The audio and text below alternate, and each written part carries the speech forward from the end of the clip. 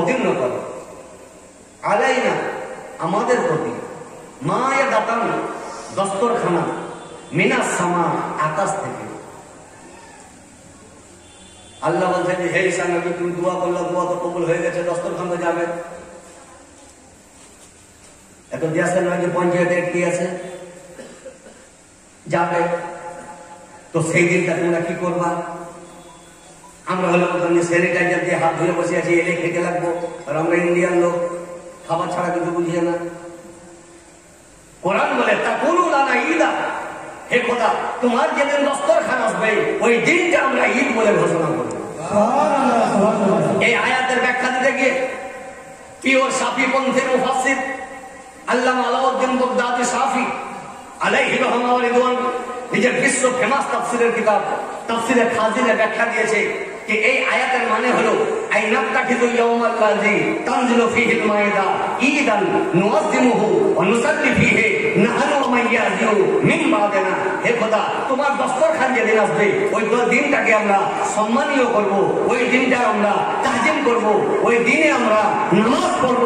শুধু আমরা নয়, আমাদের বংশ পরম্পরা কিয়ামত পর্যন্ত ওই দিনটাকে পালন করতে থাকবে। তাহলে বোঝা গেল আল্লাহ যেদিন দস্তরখান জান্নাত থেকে আসে সেই দিনটা যদি ঈদ হয় তো আমার নবী মুস্তাফা যিনি জান্নাত থেকে উত্তম, দস্তরখান থেকে উত্তম, সমস্ত জিনিস থেকে উত্তম, সেই দিনটা ঈদ কেন হবে না?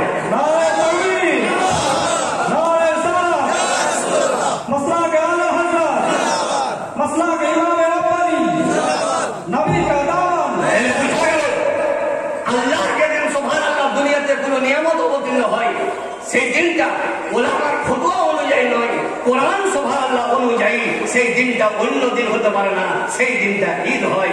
আমার নবী তো সমস্ত নিয়ামত থেকে উত্তম, এই জন্য 12 রবিউল আউয়াল সারা পৃথিবীর সুবহানাল্লাহ মানব জাতি এক প্ল্যাটফর্মে এসে বলে কিছু হোক কি না হোক জাস্টে ঈদে মিলাদুন নবী আমরা ছাড়বো না, আমরা পালন করতে চাই। এরই নাম হলো জাস্টে ঈদে মিলাদুন নবী। আমাকে একদিন প্রশ্ন করেছিল যে হুজুর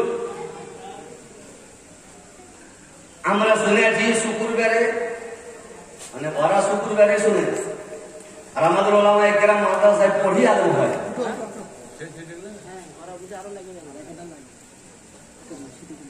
অক্সিজেন নাকি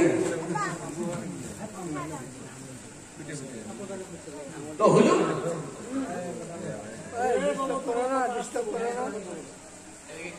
12 রবিউল আউয়াল নবী মুস্তাফা দুনিয়াতে এলেন, আর 12 রবিউল আউয়াল নবী মুস্তাফা দুনিয়া ছেড়ে চলে গেলেন। তাহলে নবীর আগমন দিবস, নবীর ইন্তেকাল দিবস একই। আপনাদের কেউ যদি ইন্তেকাল করে তো খুশি করবেন না কি করবেন? তাহলে যে কাছের লোক যদি হয়তো দুঃখ করবে সবাই, যে নবী তো খুবই কাছে।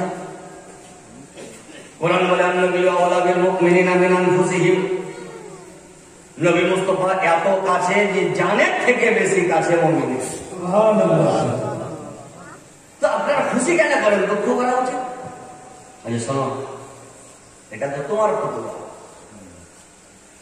শেফা শরীফ এমনই একটি কিতাব যে সারা পৃথিবীতে যত জামাত আছে প্রত্যেক জামাত ওই কিতাবটাকে প্রাধান্য দেয়। আল্লামা কাজী আয়াজ আলাইহি রাহমাতুল্লাহ একটা হাদিস লিপিবদ্ধ করেছেন যে সাহাবায়ে কেরাম নবীকে বলছেন যে হুজুর আপনি যখন দুনিয়া ছেড়ে চলে যাবেন, ওনাদের চিন্তা চেতনা আলাদা ছিল, আমাদের চিন্তা চেতনা আলাদা, সাহাবায়ে কেরামের চিন্তা চেতনা আলাদা। হুজুর আপনি যখন দুনিয়া ছেড়ে চলে যাবেন তো আমরা কি নিয়ে থাকবো? খাবারকে ত্যাগ করে আপনার দরবারে পড়ে আছে, আহারকে ত্যাগ করে আপনার দরবারে পড়ে আছি, আপনি চলে যাবেন তো কি করবো? নবী বলেন যে ঘাবড়িয়ে যেও না, হায়াতি খাইরুল লাকুম ওয়া মাউতি খাইরুল লাকুম। হে সাহাবী, আমার দুনিয়াতে আসাটাও তোমাদের জন্য নিয়ামত, আমার বিদায় নেওয়াটাও তোমাদের জন্য নিয়ামত। তাহলে বুঝা গেল 12 রবিউল আউয়াল নবীর ওসিলাতে আল্লাহর আমরা ডবল নিয়ামত পেয়েছি। নবী এলেন ওটাও নিয়ামত, নবী বিদায় নিলেন ওটাও নিয়ামত। নিয়ামত পেলে কেউ কাঁদে? আপনাদের গ্রামের কোনো মানুষ যদি চাকরি পায় তো কান্না করবে? আর বলে আমার চাকরি পেয়েছে, আর চাকরি পেলে কাঁদবে কেন? বুঝতে পার? তো সামান্য যদি রাজ্য সরকারের চাকরিতে যদি এত খুশি হয়, এটা তো রাজ্য সরকার সেন্ট্রাল গভর্নমেন্টের নিয়ামত নয়, আল্লাহর নিয়ামত আমরা পেয়েছি 12 রবিউল আউয়াল, নবীর আসাটাও নিয়ামত, নবীর যাওয়াটাও নিয়ামত। এই জন্য আমরা জাশ্নে ঈদে মিলাদুন নবী পালন করতে পারি। আর জাশ্নে ঈদে মিলাদুন নবী এমনই একটা ঈদ যে পৃথিবী বিখ্যাত মুহাদ্দিস, হাদিসের মধ্যে বিখ্যাত হাদিস হচ্ছে বুখারী শরীফ, সব জামাতি বলে। তো বুখারী শরীফের ব্যাখ্যা হাজারের বেশি, যে যেমন পেরেছে বুখারী শরীফের ব্যাখ্যা করেছে। আরবি টু আরবি, বাংলাতে করেছে, ইংরেজিতে করেছে। কিন্তু পৃথিবীর মধ্যে দুটো ব্যাখ্যা প্রসিদ্ধ, একটা নাম হলো উমদাতুল কারি, আরেকটির নাম হলো ফাতহুল বারি। তো ফাতহুল বারির যিনি রাইটার আল্লামা ইমাম ইবনে হাজার আসকালানী আলাইহি রাহমাতুল্লাহ, ওনাকে জিজ্ঞাসা করা গেল যে হুজুর, এই যে আমরা 12 রবিউল আউয়াল পালন করছি, তো হুজুর এটা যায় না না যায়? অত বড় র্যাঙ্কের আলেমকে জিজ্ঞাসা করছে, যিনার লিখনি পড়ে আজ আলেম তৈরি হচ্ছে, পাহাড়ের মতন সুবহানাল্লাহ জ্ঞানের অধিকারী। উনি বলছেন যে শোনো, আমার কাছে পাহাড়ের মতন মজবুত দুটো দলিল আছে ঈদে মিলাদুন নবীর পক্ষে। ওই দুটো দলিল যদি না হয়তো তো আমি অন্য কিছু লিখে দিতাম, কিন্তু আমার কাছে দলিল দুটো মজবুত হওয়ার কারণে আমি লিখছি জাশ্নে ঈদে মিলাদুন নবী শুধু জায়েজ নয়, মুস্তাহাব আছে। বলুন সুবহানাল্লাহ। দুটা দলিল আমার কাছে মজবুত আছে। উনি বলছেন হুজুর কি দলিল? তো একটা দলিল বুখারী শরীফে আছে। বুখারী শরীফ প্রথম খণ্ড কিতাবুস সিয়াম বাবু সাওমে আশুরা চ্যাপ্টার তুলে দেখুন। আশুরা মানে মুহররমের 10 তারিখ। নবী মুস্তাফা মক্কা থেকে মদিনা গেলেন। তো সাহাবী হাদিস বর্ণনা করছেন, কাদিমান নবী সাল্লাল্লাহু আলাইহি ওয়াসাল্লাম মদিনা ফারাআ ইয়াহুদা তাসুমু ইয়াওম আশুরা فقال ما هذا قالوا هذا يوم صالح هذا يوم نجى الله بني اسرائيل من عدوهم فصامه موسى فقال رسول الله صلى الله عليه وسلم فانا حق بموسى منكم فصامه وامر بصيامه। নবী মক্কা ছেড়ে মদিনা গেলেন। তো নবী ইহুদি সম্প্রদায়কে দেখলেন যে রোজা রেখেছে মুহররম মাসের 10 তারিখ। কারা? ইহুদি। তো নবী বলছেন যে আজ তো রমজান না, আজ রোজা রাখার কারণ কি? ইহুদিরা বলছেন হুজুর হাযা ইয়াউমুন সালেহ, হুজুর আজকের দিনটা খুবই বড় দিন। কেন? যে এই দিনে আল্লাহ তাআলা ফেরাউনকে ডুবিয়েছে আর মুসা নবীকে বাঁচিয়ে দিয়েছে। ফেরাউন আর মুসা নবীকে যুদ্ধ হয়েছিল, ফেরাউনকে ডুবিয়েছে, মুসা নবীকে বাঁচিয়ে নিয়েছে। তো মুসা নবী আল্লাহর শুকরিয়া আদায় করার কারণে প্রতি বছর মুহররম মাসে উনি রোজা রাখতেন, আর আমরা উনারই উম্মত, এই জন্য হুজুর আমরাও রোজা রেখে পালন করছি। দিন পালন করা যদি হারাম হতো তো নবী মুস্তাফা লাগাম লাগাতেন। তো নবী কি বলছেন? ফাআনা আহাক্কু বিমূসা মিনকুম, হে ইহুদি তোমাদের থেকে বেশি আমরা মুসা নবীকে মানার হক রাখি। তোমরা একটা রোজা রেখে দিন পালন করেছো, আমরা ডবল রেখে আমরা দিন পালন করবো। দিন পালন করা এটা শুধু উম্মতের সুন্নাত নয়, স্বয়ং রাসূলুল্লাহর সুন্নাত। নবী পালন করেছে। তোমরা একটা রেখেছো এত ভারী, আমরা রোজা রাখবো। নবী নিজেও রোজা রাখলেন, সাহাবীকে বললেন তোমরাও রোজা রাখো। এই হাদিসের ব্যাখ্যা দিতে গিয়ে আল্লামা ইবনে হাজার আসকালানী ব্যাখ্যা দিয়েছেন বুখারী শরীফের। উনি বলছেন ফাইস্তাফাদু মিনহু খায়রু শুকরি লিল্লাহি আলা মান্না বিহি ফি ইয়াউমিন মুআয়্যানিন মিন ইসদাই নি'মাতিন আও দাফ'i নাকমাতিন। উনি বলেন এই হাদিস দ্বারা প্রমাণিত হলো যে যেদিন আল্লাহ তাআলার বালা দুনিয়াতে এসে, গজব দুনিয়াতে এসে, ওই দিনটাও পালন করা যায়। আর আল্লাহ তাআলা যেদিন দুনিয়াতে নিয়ামত নাজিল হয়েছে ওই দিনটাও পালন করা যায়। একটা দলিল হলো। আর একটা দলিল, যে দলিলটি আশরাফুল মুফাসসিরিন আল্লামা জালালউদ্দিন সিয়ুতি আলাইহি রহমাতুল্লাহ নিজের বিশ্ব ফেমাস কিতাব আল হাবিল ফতোয়াতে উনি লিপিবদ্ধ করেছেন। উনি বলছেন আখতা রাসূলুল্লাহ সাল্লাল্লাহু আলাইহি ওয়াসাল্লাম আন নাফসিহি بعد النبوة مع أنه قد ورد أن جده عبد المطلب أخطأ عنه في سابع ولادته والحقيقة لا تعاد مرة ثانية। উনি বলছেন যে নবী মুস্তাফা একটা দুম্বা জবাই করলেন, একটা দুম্বা জবাই করে আমার নবী আপনার নবী বিশ্বের নবী মুহাম্মদ রাসূলুল্লাহ দিন পালন করলেন। অন্য জামাতের আলেম ওলামারা এক তরজমা করে যে নবী আকিকা করেছেন। দুম্বা জবাই করা ওরাও জানে, দুম্বা জবাই করা আমরাও জানি, কিন্তু পার্থক্য হলো এই, আমরা বলি নবী দিন পালন করলেন, আর ওরা বলছে যে নবী আকিকার জন্য দুম্বা জবাই করেছে, দিন পালনের জন্য। ফায়সালা কে করবে? আল্লামা জালাউদ্দিন সিউতি ফায়সালা করছেন। শোনো, নবী মুস্তাফার জন্মের ৭ম দিনে নবীর দাদু আব্দুল মুত্তালিব নবী মুস্তাফার আকিকা দিয়ে দিয়েছে। আর আকিকা জীবনে ডবল হয় না, আকিকা জীবনে একবার হয়। আকিকা কবার হয় আপনার দিকে? বিহা 50 বার হয়, 60 বারও হতে পারে, প্রতি সেকেন্ডে বিহা হচ্ছে আজকে। কিন্তু আকিকা জীবনে যত বড় লোক হোক একবার হয়, জন্মদিন প্রতি বছর হয়। তো নবী মুস্তাফার জন্মের ৭ম দিনে তো নবীর দাদুই আকিকা করে দিয়েছে, তাহলে নবী কেন জবাই করলেন? উনি বলছেন নবী জবাই করেছে এই কারণে ফায়ুহমালু আলা যালিকা আন্নাল্লাযী ফাআলাহু রাসূলুল্লাহ সাল্লাল্লাহু আলাইহি ওয়াসাল্লাম আলা ইজাদিল্লাহি ইয়াহু রাহমাতাল লিল আলামিন। আল্লাহ তাআলা নবীকে সারা পৃথিবীর রাহমাতুল লিল আলামিন করে পাঠিয়েছেন। এই শুকরিয়া আদায় করার কারণে নবী মুস্তাফা দুম্বা জবাই করে দিনটাকে পালন করেছেন। সুবহানাল্লাহ। আমাদেরকে কি করা উচিত? উনি বলছেন ফায়াস্তাহিকু লানা আইদান ইজহার শুকরি বিল ইজতিমাই ওয়া ইতআমি তাআমি ওয়া নাহবে যালিকা মিন উজুহিল কুরবা ওয়া ইজহারুল মাসাব্বা। উনি বলছেন নবী যখন দুম্বা জবাই করে দিন পালন করেছে, তো আমাদের জন্য মুস্তাহাব যে লোক জমায়েত করে খাবার বন্টন করে খুশি করা, এটা নবী পাক সাল্লাল্লাহু আলাইহি ওয়াসাল্লামের সুন্নাত। বলুন সুবহানাল্লাহ। আল্লামা ইবনে হাজার আসকালানী বলেন যে জশ্নে ঈদে মিলাদুন নবীর ব্যাপারে পৃথিবীর মধ্যে দুটো এমন সুবহানাল্লাহ দলিল যে সারা পৃথিবীর ক্যান্সারেও কাটা যাবে। এই জন্য আজ আমরা গরিব গুনাহগার, নবী মুস্তাফা সাল্লাল্লাহু আলাইহি ওয়াসাল্লামের একজন গুনাহগার উম্মত, কিছু করার চেষ্টা করছি। যদি নবী এটাতে রাজি হয়ে যান তো আপনার আমার সারা বিশ্বের মুসলমানের বেড়া পার হবে। নবী কি আমাদের মুখাপেক্ষী জন্মদিন করবে তো সুবহানাল্লাহ আমার ভালো হবে না? সারা পৃথিবী যদি নবীর জন্মদিন না পালন করে নবীর কোনো ক্ষতি হবে।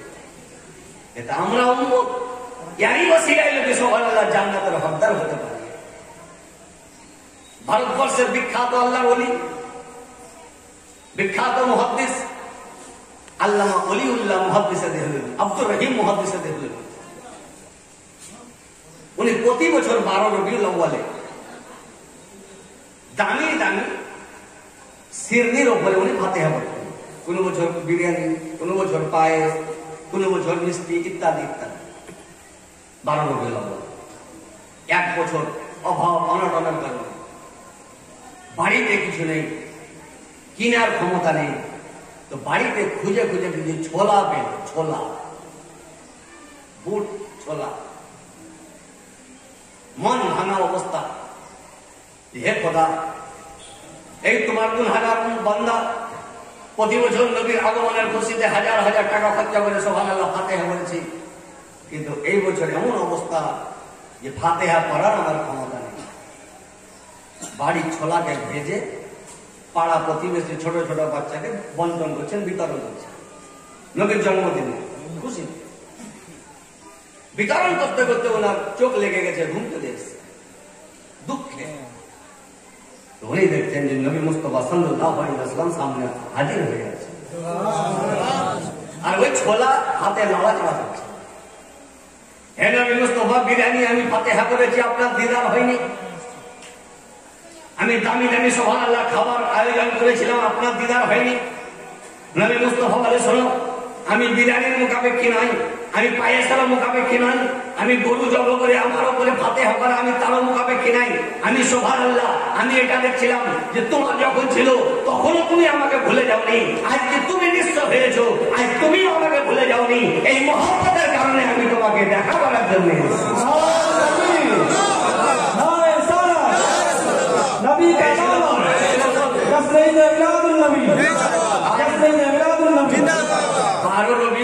পালনের বলে হাদিস খুঁজি পাই না।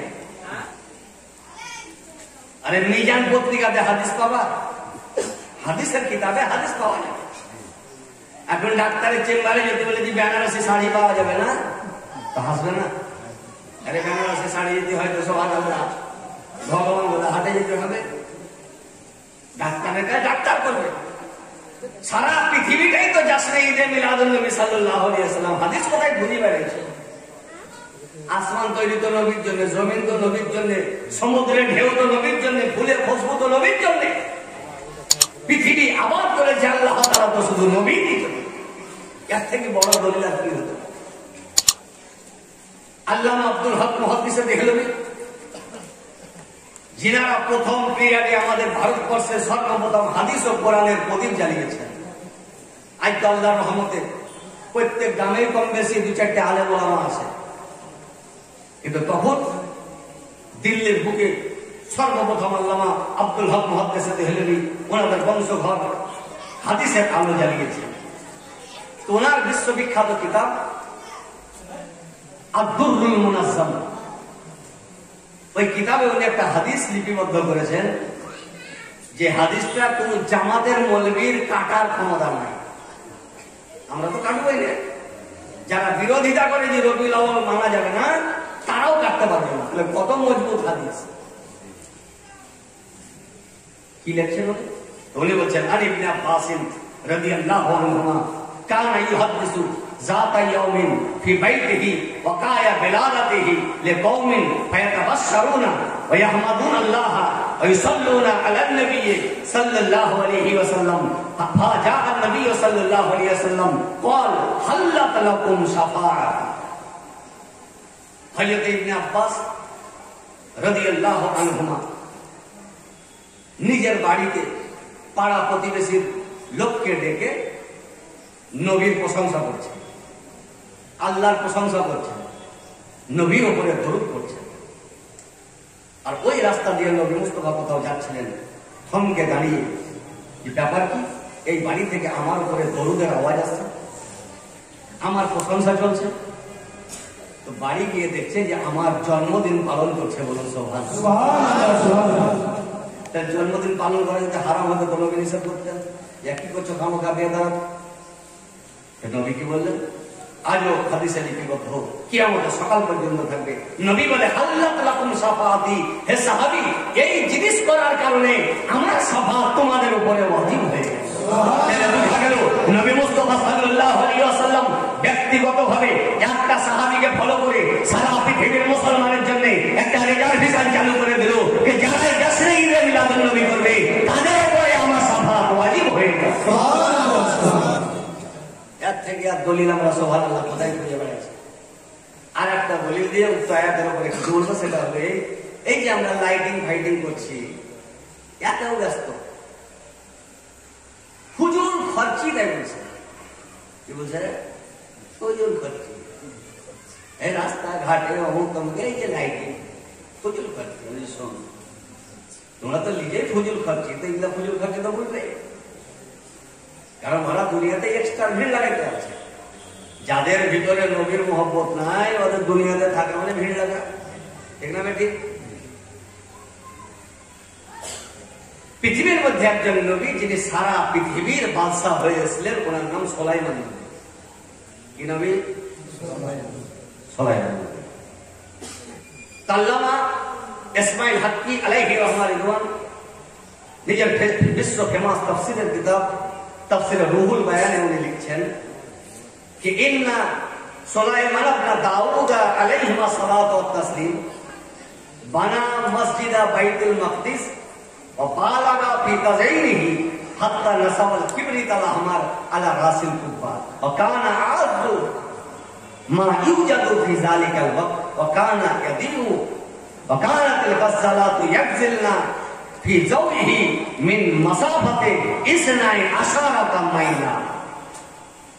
সুলাইমান নবী বাইতুল মুকাদ্দাস তৈরি করলেন, আর বাইতুল মুকাদ্দাসে উনি 13,000 প্রদীপ জ্বালালেন। কটা প্রদীপ? একটা মসজিদে কটা প্রদীপের দরকার? 2-4টা জ্বালাইলে যথেষ্ট। কটা জ্বালাইলেন উনি? 13,000। এটা তো মসজিদের ভিতরে। আর মসজিদের গুম্বেজের উপরে এমন একটা লাইট দিলেন যে লাইটটা ওই জামানাতে তদানীন্তন কালে পৃথিবীর মধ্যে সব থেকে দামি লাইট উনি সুবহানাল্লাহ নিজের গুম্বেজের উপরে লাগালেন। আমাদের এলাকা থেকে দেখতে পাওয়া যায় যে মণিগ্রামের পিটিসিএল পাওয়ার হাউস 24 ঘন্টা পাওয়ার তৈরি হচ্ছে। তোমার লোড শেডিং এর কোনো ব্যাপার নেই, 24 ঘন্টা তাতে কারেন্ট, হাজার হাজার হতে বন্ধ হচ্ছে। আমাদের বাড়ি থেকে 10 কিলোমিটার হবে না, কিন্তু ওই আলোতে কেউ যদি ভাবে যে বাড়িতে পড়বো তো পড়া হবে না। দূর থেকে এতটা বোঝা যাচ্ছে যে ওটা পাওয়ার হাউস। কিন্তু সুলাইমান নবী বাইতুল মুকাদ্দাসে এত লাইটিং করলেন যে ইনি বর্ণনা করছেন যে তদানীন্তন কালের নারীরা, আর যেমন মা বোনরা বিড়ি বাঁধে তেমন তখনকার মা বোনরা সুতা তৈরি করতো। তো ওই বাইতুল মুকাদ্দাসের আলোতে 12 মাইল দূরে সুবহানাল্লাহ নারীরা সুতা তৈরি করতে সক্ষম হতো। 12 কিলোমিটার দূর থেকে তাহলে কত লাইট উনি জ্বালিয়েছিলেন। মসজিদে একটা লাইট জ্বালা যথেষ্ট, কিন্তু সুলাইমান নবী বলে যে শোনো, বাহিরে লাগা এটা হলো ফুজুল খাচ্ছি, কিন্তু আল্লাহর মসজিদে লাগা এটা ফুজুল খাচ্ছি না, এটা ইবাদত। বলুন সুবহানাল্লাহ। তদ্রূপ নবী মুস্তাফার আগমনে আপনি যেটা খরচা করবেন এটা ফুজুল খাচ্ছিতে পড়বে না, এটা নবী মুস্তাফার মহব্বতে পড়বে। এই জন্য আমরা ক্ষমতা অনুযায়ী কিছু করছি। নবী মুস্তাফা সাল্লাল্লাহু আলাইহি ওয়াসাল্লাম ধরার বুকে 12 রবিউল আউয়াল এলেন। এর উপরে আরেকটি হাদিস, আরেকটি কথা গুরুত্বপূর্ণ, সেটা হলো এই যে আমাদের 365 রাতের মধ্যে দেখবেন কিছু কিছু রাত মানুষ জাগরণ করে। সবটি নয়, সবই যদি রাত জায়গা তো ঘুমাবে করবে। বছরে কিছু স্পেশাল নাইট, খাস খাস রাত আপনারা আমরা মুসলমান জাগরণ করে অতিবাহিত করে। যেমন শবে কদরের রাত, মেরাজের রাত, শবে বারাত ইত্যাদি ইত্যাদি। আমাদের হানাফি জামাতের বিখ্যাত ফতোয়ার কিতাব ফতোয়ায়ে শামী। তো ফতোয়ায়ে শামীতে লিখছে যে শোনো, বছরে যত রাত আছে সব রাতের মধ্যে উত্তম রাত কোনটা? উনি বলছেন ইন্না আফদালাল লায়ালি লাইলাতু মাউলিদিহি সাল্লাল্লাহু আলাইহি ওয়াসাল্লাম, সুম্মা লাইলাতুল কদর, সুম্মা লাইলাতুল ইসরা ওয়াল মিরাজ, সুম্মা লাইলাতু আরফাতা, সুম্মা লাইলাতুল জুমআ, সুম্মা লাইলাতুল নিসফে মিন শাবানা, সুম্মা লাইলাতুল ঈদ। উনি বলছেন সমস্ত রাতের মধ্যে উত্তম রাত হলো যে রাতে নবী মুস্তাফা দুনিয়াতে এলেন। দ্বিতীয় নম্বরে লাইলাতুল কদর, তৃতীয় নম্বরে যে রাতে নবী মেরাজে গেলেন, তারপরে নাম্বার হলো আরফার রাতের, তারপরে নাম্বার হলো জুম্মার রাতের, তারপরে নাম্বার হলো শবে বারাতের, তারপরে নাম্বার হলো ঈদ ও কোরবানির রাতের। কিন্তু প্রথম নাম্বার কোন রাত? যে রাতে নবী দুনিয়াতে এলেন। কোন নম্বরে? ফার্স্ট পজিশন, ফার্স্ট ডিভিশন নবীর রাত। এবার আসুন, আমরা কোরআন শরীফে পড়েছি, যোগ্যতম হাফেজ সুবহানাল্লাহ আজ বসে আছেন। ওলামায়ে কেরাম আপনাদেরকে বলেছেন, আমাদেরকে বলেছেন যে লাইলাতুল কদরে খায়রুম মিন আলফি শাহর। রমজান মাসে শবে কদরের একটি রাত 1000 মাস অপেক্ষা উত্তম। আছে না নাই? আর ইনি কি বলছেন যে শবে কদরের রাত 2 নম্বরে, নবীর রাত 1 নম্বরে। তাহলে নবীর রাত যদি 1 নম্বরে হলো, তো কোরআনে নবীর রাতটা কেন হলো না? শবে কদর কেন বর্ণনা করলো? আসুন শিক্ষিত সমাজ বুঝাতে আমাকে 10 মিনিটও লাগবে না। আল্লাহ তাআলা জানেন যে আজ 12 রবিউল আউয়াল অস্বীকার কেউ করবে না, কিন্তু কিয়ামতের আগে কিছু জামাত তৈরি হবে যারা 12 রবিউল আউয়ালকে প্রাধান্য দিবে না। এই জন্য আল্লাহ তাআলা তাদেরকে দেখে বলে যে শোনো, সবে কদর যেটা দ্বিতীয় পজিশনে আছে, যার নাম্বার 2 নম্বর, ই যদি 1000 মাস অপেক্ষা উত্তম হতে পারে, তো নবীর রাত 1 নম্বরে আছে, সে 1000 রাত অপেক্ষা উত্তম। একবার নিজে নিজে গবেষণা করে নিতে হবে। স্কুলে রেজাল্ট হয়েছে, একটা ছেলে 500 নম্বর পেয়েছে। কত নম্বর? 500। কোন ডিভিশনে বাপ? Second division. তারা কেন বলছে যে 500 সেকেন্ড ডিভিশন, তো নিশ্চয় ফার্স্ট ডিভিশন হলে 400 পাবে। ছাপা হলো না কেন? আরে সেকেন্ড ডিভিশন যদি 500 পায়, তো ফার্স্ট ডিভিশন 400 পাবে, কমসে কম 501 পাবে। তাহলে সেকেন্ড ডিভিশনের নাম্বার দেখে ফার্স্ট ডিভিশন কম্পেয়ার করা যায়। আল্লাহ তাআলা বলে যে সবে কদরের রাত 2 নম্বরে আছে, ই যদি 1000 মাস অপেক্ষা উত্তম হতে পারে, তো নবীর রাত 1 নম্বরে আছে, ই কত লাখ রাত অপেক্ষা উত্তম। একবার নিজে নিজে রবিউল আউয়াল বলে খুঁজি পাই না। বলতে ছিলাম আজ ওই উদ্দেশ্যে আপনারা আমরা একত্রিত হয়েছি, জাস্ট ঈদে মিলাদুন নবী সাল্লাল্লাহু আলাইহি ওয়াসাল্লাম পালন করব। আমাদেরকে কি করতে হবে দুনিয়াতে? কোরআন আমাদেরকে সাজেশন দিচ্ছে, যে সাজেশনের উপরে মানুষ যদি চলে তো 100% লাভবান কামিয়াব। স্কুলে সাজেশন দেয় প্রাইভেট মাস্টার, এই পাতার এটা, ওই পাতার ওইটা, এটা পড়ো, 100টা দিলে ওর মধ্যে হয়তো 2টা এলো। আর আল্লাহ তাআলা নবীর মাধ্যমে সাজেশন দিচ্ছে, এর মানে টোটালটাই কামিয়াবি। বলুন সুবহানাল্লাহ। নেতে বাদ যাবে কিছু? কি বলছেন আল্লাহ? লাকাদ কানা লাকুম ফি রাসূলিল্লাহি উসওয়াতুন হাসানাহ। আজ দেখবেন প্রত্যেক মানুষ ছোট বড়কে ফলো করে।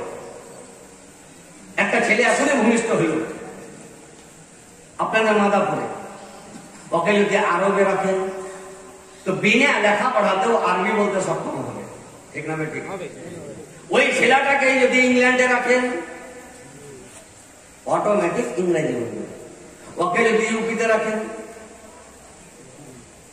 উর্দু বলতে রাখবেন। এক কথায় যে পরিবেশে রাখবেন ওই পরিবেশকে সে শোষণ করবে। কেন? ও কাউকে ফলো করছে। দুনিয়াতে দেখবেন তোমার ছেলে কি করে, যেমন আমার ছেলে কোচিং করছে। কোচিং মানে চাকরি নয়, কোচিং মানে দেশ চালাইছে তা নয়। কোচিং মানে কাউকে ফলো করছে নিজেকে সাকসেসফুল করার জন্য। খালাসি ফলো করছে ড্রাইভারকে, ড্রাইভার হওয়ার জন্য।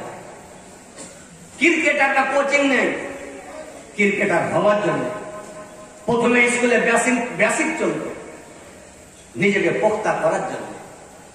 বলার উদ্দেশ্য হলো দুনিয়াতে চাহে বেসিক বলুন, চাহে কোচিং বলুন, চাহে কাউকে ফলো বলুন, দুনিয়াতে সুবহানাল্লাহ এতে লাভবান হতেও পারে, লাভবান নাও হতে পারে। কিন্তু কোরআন বলে যে শোনো, তোমাদের দুনিয়া ও আখিরাতকে সাকসেসফুল করার জন্য যিনার কাছে কোচিং নিতে হবে তিনি হলেন মুহাম্মদুর রাসূলুল্লাহ সাল্লাল্লাহু আলাইহি ওয়াসাল্লাম। দুনিয়ার কোচিং এ মিস্টেক হতে পারে, দুনিয়ার কোচিং এ পদস্খলন হতে পারে, কিন্তু নবী মুস্তাফার কোচিং 100% সত্য। উনার কোচিং যারা নিয়েছে তারাই জান্নাতের অধিকার হয়ে গেছে। সুবহানাল্লাহ সুবহানাল্লাহ।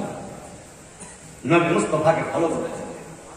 আসুন জিনাদেরকে ফলো করব, জিনাকে ফলো করব, তার মধ্যে 3টি গুণ হতে হবে। খুব ভালোভাবে শুনবেন। কটা গুণ? 3টি। 3টির মধ্যে যদি একটা কমে যায় তো আগে শুধু ফলো করাই হবে, আপনি কামিয়াব হবেন না। একটা মানুষ নিজেই গাড়ি চালাতে জানে না, তোমার কাছে যদি কিয়ামত পর্যন্ত আপনি থাকেন তো আপনি গাড়ি চালা শিখতে পারবেন? একটা মানুষ প্রাইভেট পড়াইতে কিন্তু অঙ্ক জানে না, 30 বছর যদি ওর কাছে প্রাইভেট পড়ে তো এই অঙ্ক শিখতে পারবে? 3টা গুণ হতে হবে। প্রথম গুণ হলো যাকে ফলো করব তাকে সত্যবাদী হতে হবে। ওই যদি কথায় কথায় মিথ্যা বলে লাভ হবে? সত্যবাদী। দ্বিতীয় গুণ হলো তাকে মঙ্গলময় হতে হবে। নিজে যদি কামিয়াব না হয় তো অপরকে কি কামিয়াব করবে? নিজেই চলতে পারে না, বুঝে আমি দেশ চালাবো, চলবে?